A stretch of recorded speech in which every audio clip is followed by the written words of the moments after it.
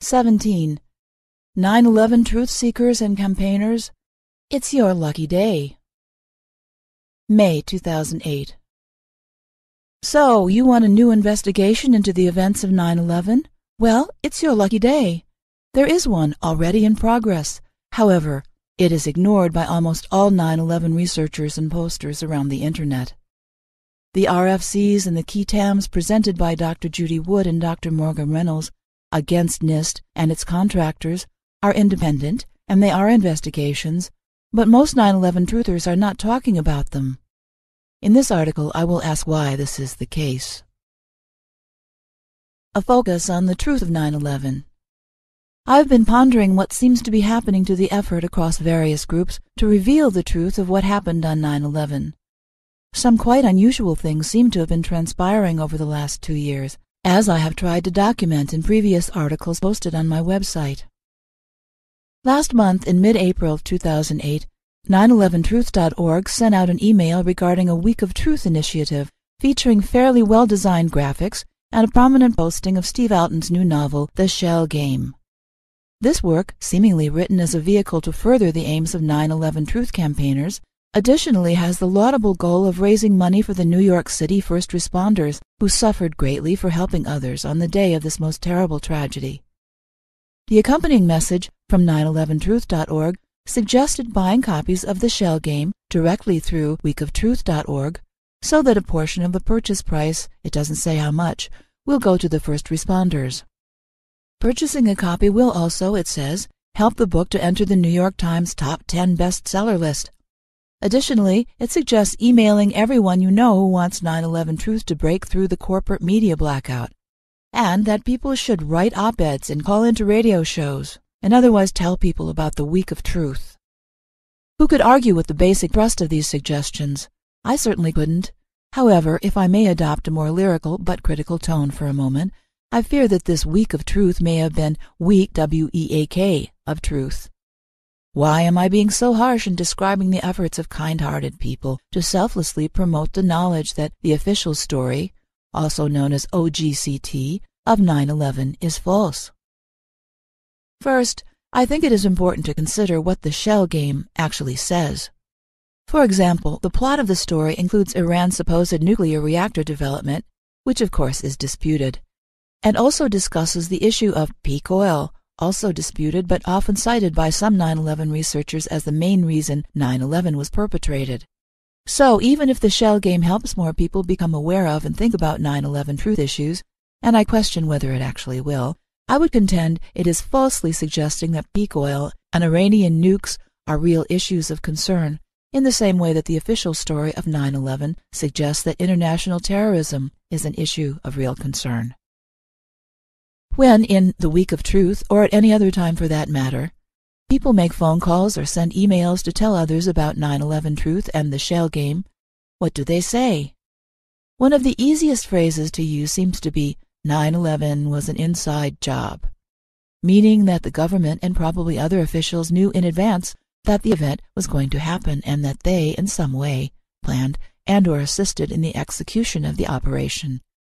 However, as shocking as the statement is to some people, that statement in and of itself moves us little or no further forward in finding or prosecuting the perpetrators. Indeed, does purchasing a copy of The Shell Game help towards this goal? Additionally, many people are already uncomfortable with the official story of 9/11. According to an August 2006 Scripps Howard Ohio University National Survey, 36% of Americans believe 9/11 was an inside job, with government agencies complicit in what occurred. A Zogby poll in 2004 also produced similar results. With this in mind, and knowing what I know now, I am much more concerned about the long-term effect that the Shell Game may have, because it does not include important evidence and information related to what the latest 9/11 research has revealed. 9/11, the physical evidence. One of the things that a study of 9/11 truth should teach us is to focus on evidence. This study of evidence can be applied both directly to the analysis of the events of 9/11, and it can also be applied to the study of events since 9/11. An important question that might be asked is this: what have the perpetrators of 9/11 been up to since that day? We know for sure that media have been manipulated. Key evidence has not been reported or discussed. For example, it is very rare to hear a discussion about how the towers, including most of the steel, largely turned to dust.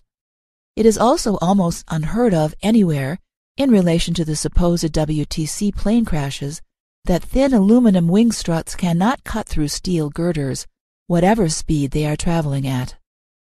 This is because of Newton's third law and the relative hardness of these two materials. In a collision, the force on the aluminum is the same as the force on the steel, but aluminum wing struts are much weaker than steel, so they snap, and the steel does not. It often surprises me that only a small number of people appear willing to focus on and discuss the physical evidence. For example, Mike Rupert, it has been noted, was reluctant to discuss physical evidence when he started writing about 9/11. More recently, within the 9/11 truth movement, which can perhaps be regarded as the 9/11 official truth movement, many people seem very reluctant to discuss the current legal cases of Drs. Wood and Reynolds, even though information about their legally based efforts has been in the public domain for well over 1 year. I would contend that the reason for this lack of discussion is that discussion and analysis of information within the 9/11 truth movement is being subjected to the same type of bullying, cajolery, and name-calling that is present in the mainstream media whenever this topic is discussed. When anyone appears to question the official story, they are attacked and ridiculed, and discussion of their research is subjected to pernicious debunking. To try and document this activity, I posted an article which attempted to illustrate, using the evidence I had collected, how factions of the 9/11 truth movement were being manipulated and controlled. This behavior continues today unabated. Video fakery on 9/11 and ongoing psy-ops. Comprehensive studies of evidence pertaining to video fakery and manipulation, such as those presented in September Clues, illustrate in a compelling manner the scale of the psy-op which was employed in cementing the mythical hijacker's tale into the psyche of the general population. Once an understanding is gained of how the video fakery and associated media spin and information manipulation has been working, it becomes much clearer to see how the psy-op tactics have also been at work within the 9/11 truth movement itself. One such success story is that of molten metal. It is a story that has been repeated many times, but seemingly with increasing frequency since about late 2005 or early 2006, in quite a similar fashion to the official hijacker myth. The story was one of the main points of Stephen E. Jones's February 2006 USVC presentation, and his earlier paper entitled, "Why Indeed Did the WTC Towers Completely Collapse?" Like the hijacker fable, the molten metal story seemed to make sense initially, and I too was taken in by them both, but when you have been presented with only a subset of evidence and then discover an unrevealed body of evidence and analyze it, the fake story is exposed for what it is. When the evidence for thermite, and especially molten metal, is studied in depth, thanks to the evidence uncovered largely by Dr. Judy Wood, I can only sensibly draw the conclusion that this particular story is as fake as the hijacker story.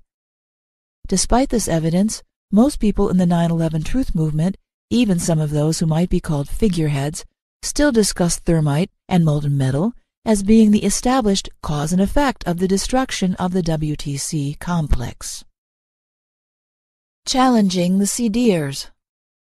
Some regard the WTC destruction as being the result of carefully placed and precisely detonated explosives, i.e. traditional controlled demolition, TCD for short, as well as there being various flavors of thermite in use. When I first started to research into 9/11 issues, I generally agreed that some type of explosive demolition was used, although the top-down demolition of Towers 1 and 2 was peculiar. Thanks in part to Dr. Wood's photo studies, I later became aware of new evidence, such as 1. Toasted cars approximately a mile away from the WTC. 2. Upturned cars in several locations. 3. At least one witness diving under an ambulance during the destruction of one of the towers, then reporting that the ambulance was, quote, pushed off during the destruction. 4. At least one spontaneous car fire at 9:46. before the towers were destroyed. 5. No bright flashes seen as the towers are destroyed. 6. Severe powderization of the buildings, leaving a debris pile less than a story high in many places. 7. A dust cloud which was not hot. No one got burned. Now, as you'll appreciate, OGCT believers ignore a lot of evidence in maintaining their belief that hijackers and planes caused the damage on 9/11. TCD, Traditional Controlled Demolition, believers, I used to be one, ignore the evidence above and such things as hosing down of the WTC site as late as January of 2008. I videoed it myself, and the ongoing problems with the Bankers Trust building.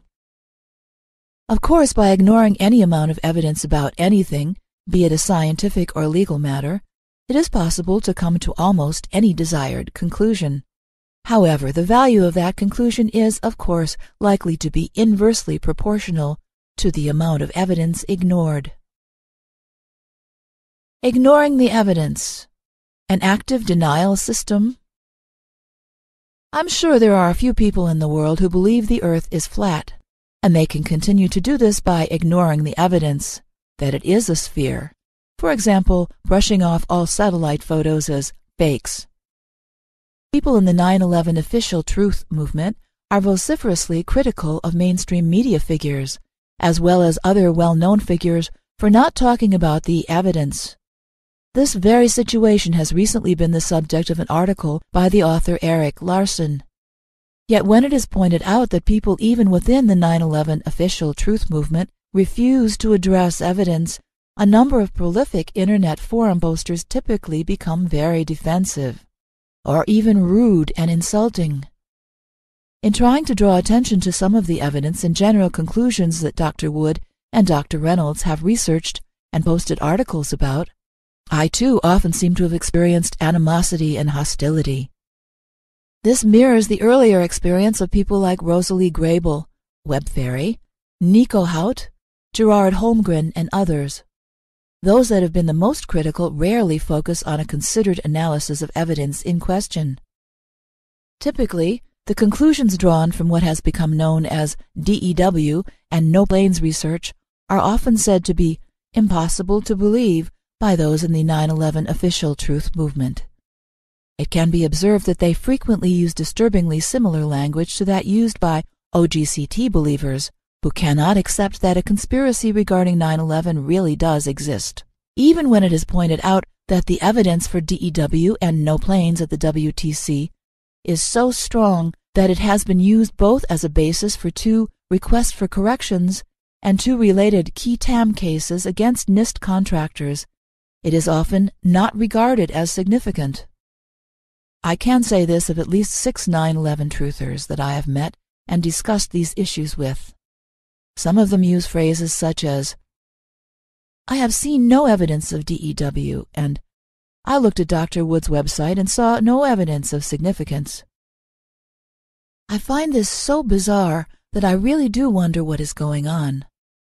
The following sample of correspondence I had with a European scientist is typical of some of the extraordinary exchanges I have been a party to. 1. Concerning toasted cars a mile away from the WTC. The cars were toasted by falling thermate and moved subsequently so the rescue squads could get access to GZ. There is no evidence that this is true. How did the thermite travel a mile and spread over hundreds of cars? Where are the photos or witness testimony that so many cars were moved? I'd be happy to see it. How did the thermite selectively react with only some parts of the cars? To another point of evidence, Harriet makes a non sequitur response. 3.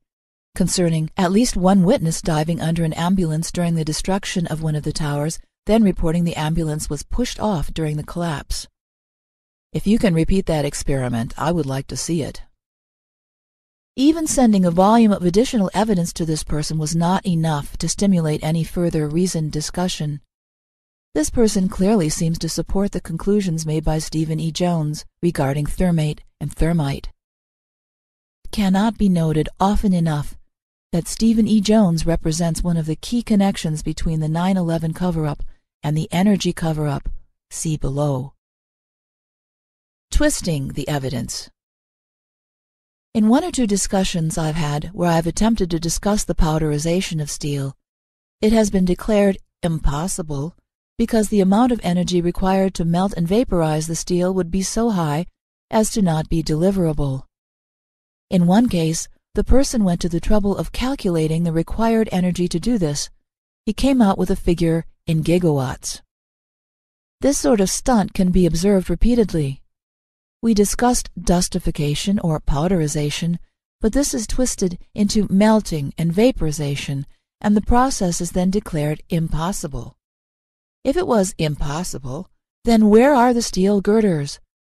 And if there really was molten metal, then where did the energy come from to melt the steel?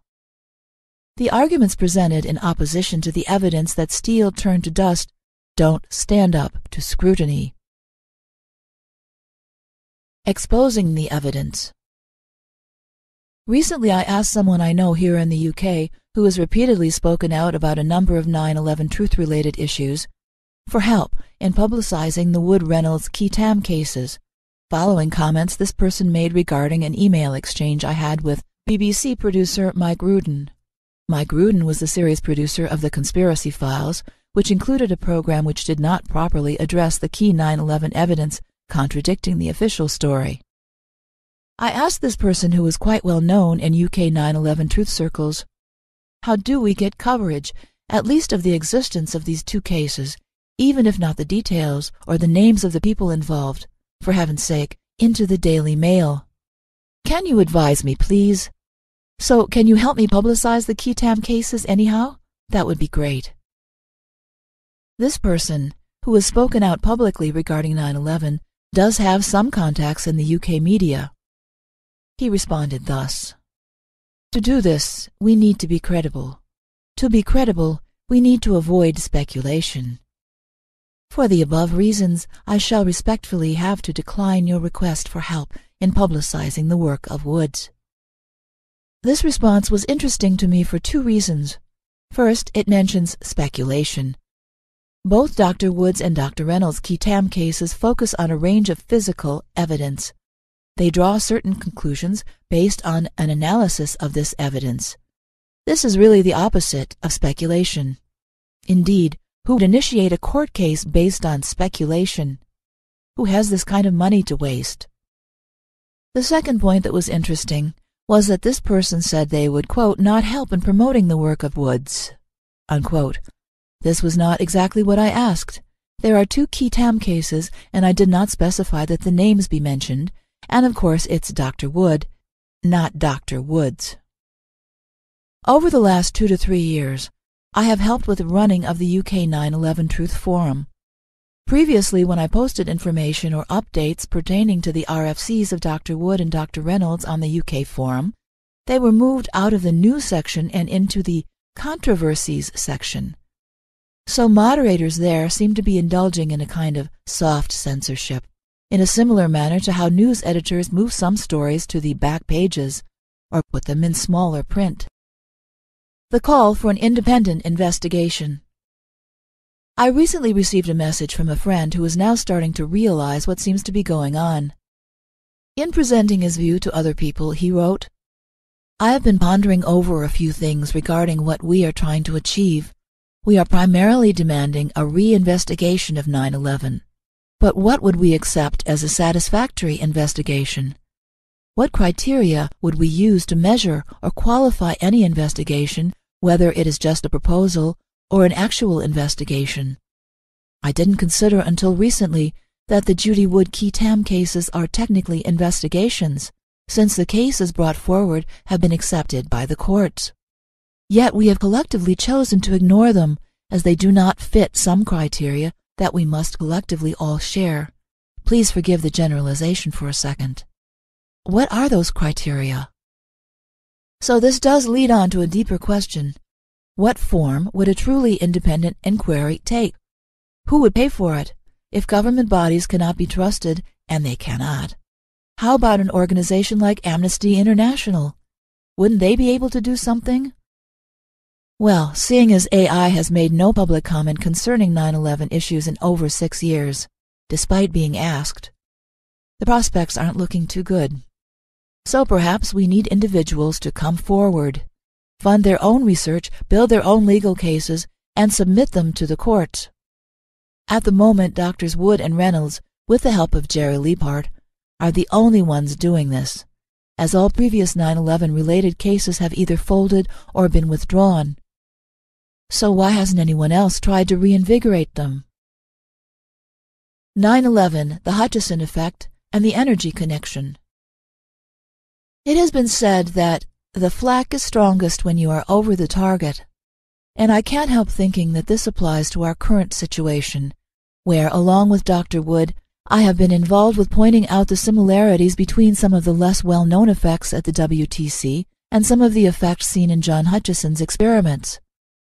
Using a maximum of about 4 kilowatts of power, Hutchison has carried out, admittedly often in a haphazard fashion, experiments for the last 30 years and in the process generated about 500 pounds of anomalous metal samples. This has attracted interest from the U.S. military-industrial complex organizations, such as Los Alamos National Laboratories. It is therefore less surprising that he has submitted an affidavit for Dr. Judy Wood's qui tam case, now filed with the Court of the Southern District of New York. This, of course, means that if John Hutchison were to be called as a witness, if the case proceeded, he could go to prison if he committed perjury. We have mentioned the similarities of some of the characteristics of the Hutchison effect and what is referred to as cold fusion. In both cases, attempts are made to debunk the phenomenon by denying the reproduction of experiments. John Hutchison has replicated his experiments many times, and Mel Winfield has reproduced some similar effects. With cold fusion, there have been hundreds of replications, many of which have showed anomalous nuclear effects, excess heat, or both. Sometimes, the reaction appears to be self-sustaining for an extended period after the current was removed from the experiment. Further information is available at lenr-canr.org. And of course, this is where Professor Stephen E. Jones enters the picture, as he was involved in matters which triggered the somewhat impromptu or even premature press conference of Pons and Fleischmann in 1989. It should be pointed out that in relation to 9/11, not only is Professor Jones' evidence unverifiable, some of his statements are false or unsubstantiated. His behavior can, on scrutiny, also be justifiably questioned. In the late 80s and early 90s, Jones and others went on to completely ignore or deny the reality of excess heat production in a number of duplicate experiments. These matters are documented in Dr. Eugene Malov's excellent 1991 book, Fire from Ice. Malov was murdered in May of 2004. Jones appeared on the 9/11 scene in about September of 2005. Malov worked with William Zabur at the New Energy Foundation. William Zabur was the uncle of Michael Zabur, Dr. Wood's student. Can it just have been a coincidence that Michael Zabur was himself murdered in March of 2006? The normal no-planers are just completely nuts. Dr. Reynolds' qui tam case focuses on the lack of evidence of plane impacts at the WTC on 9/11. In April of 2008, the so-called no-planers were accused of physically abusing one or more members of one of the New York We Are Change group. These accusations were made in a Prison Planet article, with a summary that follows. My emphasis added. We Are Change to release assault videos. After months of tolerating verbal and physical abuse from a fringe group of emotionally unstable no-planers at Ground Zero, Luke Rudkowski and We Are Change have had enough, and we are set to release videos showing the assaults and attempts to smear We Are Change as being complicit in the Times Square Recruitment Center bombing. The use of the phrase emotionally unstable is somewhat revealing. In an earlier broadcast on the referenced Alex Jones radio show, we seem to have had another example of debunking, ridicule, and insulting remarks where, instead of a sober analysis of the evidence included in Dr. Reynolds' case, would have been more appropriate and useful. In an earlier broadcast around April 8th of 2008, Alex Jones made his position on this evidence abundantly clear, saying, "And then who comes out and says, 'There are no planes,' former Bush administration officials, and Fox has them on over and over again, and Fox, whenever I'm doing a debate, they say, 'No planes, ha ha ha.' The normal no-planers are just completely nuts. I mean, they are completely out of their minds, and vicious and aggressive and lying and slanderous. And then they've always got former admitted spooks, former admitted people from CIA universities running around spewing." He goes on. Attorney Jerry Liebhart, in a letter to Alex Jones, responded to this general accusation. "We hasten to acknowledge that we are not saying you accuse Drs. Wood and Reynolds of such behavior. However, we do say that they are known as no-planers by some, and we also know how guilt by association and categorization works. And we know that you know that, too. I am assuming here that you do not want any of us to come under surveillance by virtue of being thought to pose a threat of violence. You might not share the same degree of wariness about surveillance as we do, but we assume it takes very little in the way of publicly disseminated information to give rise to justification for surveillance. Posting videos proclaiming that no-planers have instigated or participated in fighting could be used as a justification for scrutiny, in our view." Alex Jones has often been heard to say, "Don't believe me, do your own research," or words to that effect. I hope that in this particular case, people will do as he suggests. The common thread. If one wants to find the truth of something which is not fully understood, one can only do so by continually collecting evidence, analyzing it, and drawing conclusions. Importantly, however, this is never a completely static process. An unconditional willingness to review new evidence is the only way to get the closest to the truth. Evidence, analysis, and conclusions must be continually reviewed and refined, and this process is surely one of the fundamental pillars of the scientific method, which I prefer to think of more as analytical thought. In much of the activity documented above, there is a common thread, that of ignoring evidence. A friend of mine has an expression that is also appropriate here. He describes this mentality as playing the man, not the ball. Another version of this is, if you can't attack the data, attack the messenger. There is, of course, a difference here between attacking people and asking questions of them, as I tend to do. Asking people questions is different than making rude or inflammatory remarks, describing them or their evidence, analysis, or conclusions as ridiculous or unbelievable. Perhaps it would be better if more people spent time analyzing the evidence for themselves, and if they can't agree with the experts' conclusions, perhaps they can simply say, "I disagree," rather than being rude and disparaging or claim to have debunked a reasoned analysis, as if it is something to be proud of. If there is honest criticism of the evidence, where it is felt that it is not strong enough, or it is felt that clearer or more powerful evidence has been found, then the sensible thing would surely be to offer to contribute it to the studies which have been posted, collectively, making the case stronger and more overwhelming. Instead of this, we have seen a pattern of 1.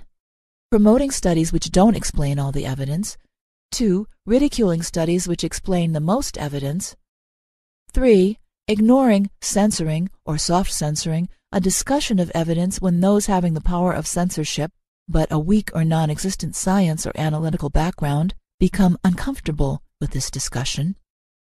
4. Classifying a group of people who choose to discuss certain evidence or conclusions as either being emotionally unstable or completely nuts. And 5. Ignoring important court cases that focus on a range of evidence analyzed by well-qualified people.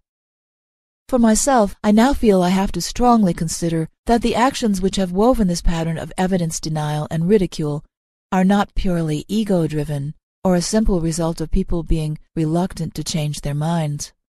I'm coming to the view that there is an active underlying system which is manipulating people into the behavior that has been observed and documented here, which is very much another can of worms to open. So, what is the goal here? Recently, when I was trying to discuss the evidence that some type of technology related to the Hutchison effect was used to destroy the WTC, I was asked, "What is your goal with this?" This, of course, is a very good question, which can also be asked of those promoting the thermite explanations and those who continue to follow the pattern of making disparaging remarks. My goal is to help pave the way for the black technologies that have been used to hold the rest of the world hostage for perhaps 60 years or so to be revealed.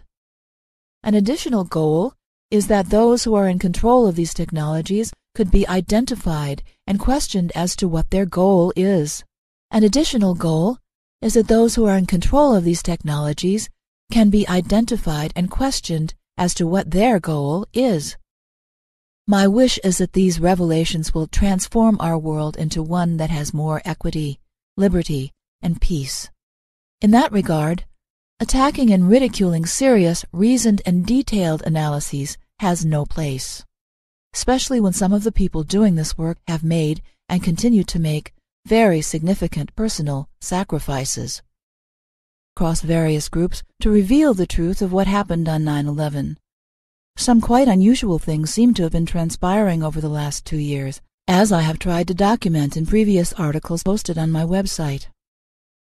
Last month, in mid-April 2008, 911truth.org sent out an email regarding a Week of Truth initiative featuring fairly well-designed graphics and a prominent posting of Steve Alten's new novel, The Shell Game. This work, seemingly written as a vehicle to further the aims of 9/11 Truth campaigners, additionally has the laudable goal of raising money for the New York City first responders who suffered greatly for helping others on the day of this most terrible tragedy. The accompanying message from 911truth.org suggested buying copies of The Shell Game directly through weekoftruth.org so that a portion of the purchase price, it doesn't say how much, will go to the first responders. Purchasing a copy will also, it says, help the book to enter the New York Times Top 10 bestseller list. Additionally, it suggests emailing everyone you know who wants 9/11 Truth to break through the corporate media blackout, and that people should write op-eds and call into radio shows, and otherwise tell people about the Week of Truth. Who could argue with the basic thrust of these suggestions? I certainly couldn't. However, if I may adopt a more lyrical but critical tone for a moment, I fear that this Week of Truth may have been weak, W-E-A-K, of truth. Why am I being so harsh in describing the efforts of kind-hearted people to selflessly promote the knowledge that the official story, also known as any other time for that matter, people make phone calls or send emails to tell others about 9/11 Truth and the Shell Game? What do they say? One of the easiest phrases to use seems to be, 9/11 was an inside job, meaning that the government and probably other officials knew in advance that the event was going to happen and that they, in some way, planned and or assisted in the execution of the operation. However, as shocking as the statement is to some people, that statement in and of itself moves us little or no further forward in finding or prosecuting the perpetrators. Indeed, does purchasing a copy of The Shell Game help towards this goal? Additionally, many people are already uncomfortable with the official story of 9/11, according to an August 2006 Scripps Howard OGCT of 9/11 is false.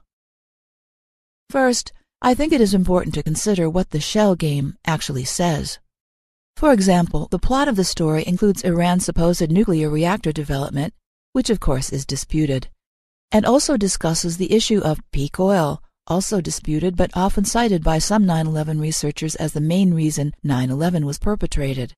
So even if the Shell Game helps more people become aware of and think about 9/11 truth issues, and I question whether it actually will, I would contend it is falsely suggesting that peak oil and Iranian nukes are real issues of concern, in the same way that the official story of 9/11 suggests that international terrorism is an issue of real concern. When in the Week of Truth, or at 17, 9/11 truth seekers and campaigners, it's your lucky day. May 2008. So, you want a new investigation into the events of 9/11? Well, it's your lucky day. There is one already in progress. However, It is ignored by almost all 9/11 researchers and posters around the Internet. The RFCs and the key TAMs presented by Dr. Judy Wood and Dr. Morgan Reynolds against NIST and its contractors are independent, and they are investigations, but most 9/11 truthers are not talking about them. In this article, I will ask why this is the case. A focus on the truth of 9/11. I've been pondering what seems to be happening to the effort